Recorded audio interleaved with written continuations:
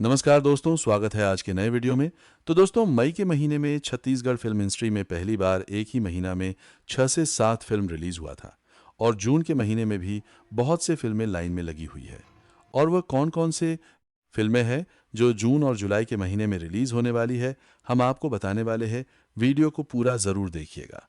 महू, दिलवाला, ताहू दिलवाली जो कि पहले ही लग चुका है 12 जून को सिनेमा घरों में, और 19 जून बली हॉरर छत्तीसगढ़ी फिल्म 17 जुलाई मोरवाली अलग ही, मन कुरैशी की छत्तीसगढ़ी फिल्म जान लेवे का 24 जुलाई को, मायाराम 3 जुलाई को सिनेमा हॉल में लगने वाली है।